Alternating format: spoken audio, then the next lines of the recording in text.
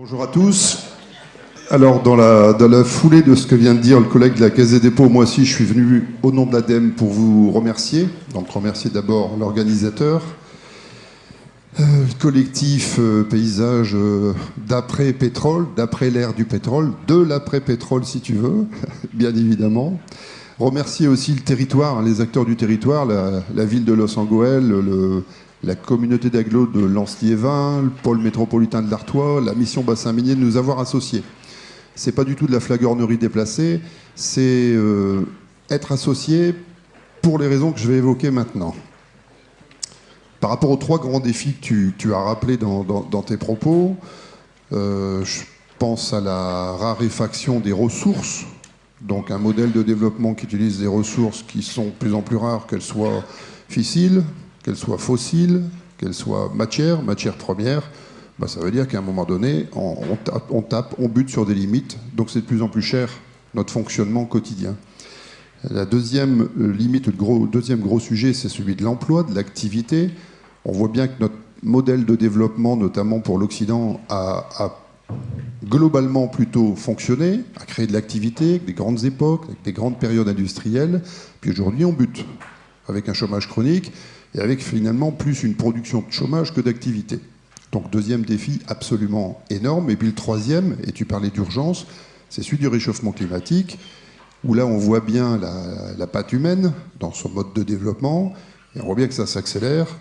Donc ce triple challenge appelle une réponse majeure que, selon les époques, en tout cas aujourd'hui, on appelle transition énergétique, repenser notre rapport à l'énergie, et transition écologique, finalement repenser notre rapport à la consommation, notamment consommation d'espace, consommation de matière première, quoi.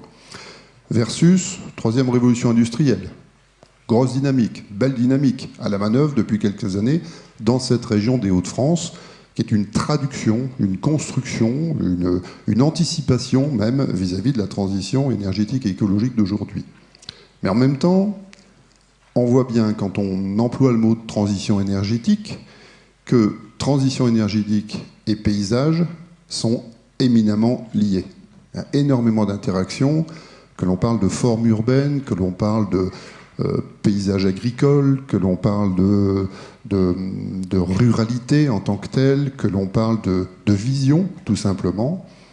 Et donc on a une tension à gérer sur, d'un côté, nous sommes en France, un éloignement, sauf dans certains territoires comme ici, dans l'ex-bassin minier, un éloignement entre les outils de production d'énergie et puis la consommation.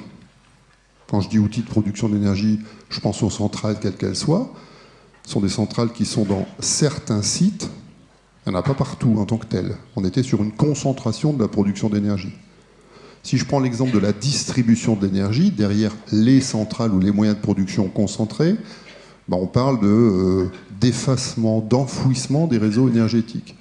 Donc pour faire très très simple, ça veut dire que le consommateur ou le consommateur, il est habitué, au fil des décennies, à ne plus voir d'appareils, de questions énergétiques, d'objets énergétiques dans le paysage. Et en même temps, qui dit transition énergétique, dit développement endogène, développement économique par le bas, faire feu de tout bois, récupérer la totalité des calories potentielles, des énergies disponibles, que ce soit celles issues du vent, du soleil, la biomasse, etc. Donc ça veut dire que le paysage est à nouveau concerné, et plus largement les formes urbaines ou les territoires sont à nouveau concernés par cet aspect énergétique. Et c'est ça, cette tension que nous avons à gérer, que nous avons à régler.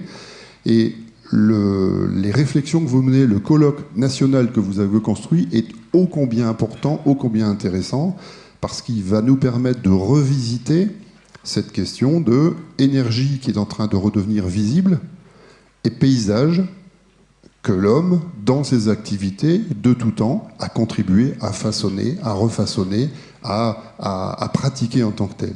Alors je vais prendre juste un petit écrit de Jacques Tess, c'était dans le hors-série de la revue de l'urbanisme de cet été, où lui disait le grand challenge sur cette question-là, c'est de rendre visible l'invisible.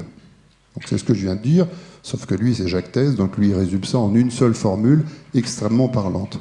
Donc ce qu'il nous faut simplement savoir faire, c'est faire du paysage en tant que tel, composer avec le paysage, faire de ça un outil de la transition énergétique. Et pour l'ADEME, qui est une boutique technico-scientifique qui distribue avec son compère, la Caisse des dépôts et consignations, des subsides dans des contrats de transition écologique, dans tout ce que tu as rappelé juste avant, eh ben c'est en même temps un challenge. Parce que qui dit technique, qui dit scientifique, qui dit outils financiers, dit quand même peut-être, jusqu'à présent, un peu moins d'appétit ou un peu moins d'intention portée sur les questions de sciences humaines et sociales, sur les questions de conduite du changement, sur les questions d'aménagement, d'urbanisme, sur les questions de participation. Et donc bravo d'avoir structuré ça. Et je le dis dans l'autre sens, c'est merci de nous avoir permis d'être à vos côtés.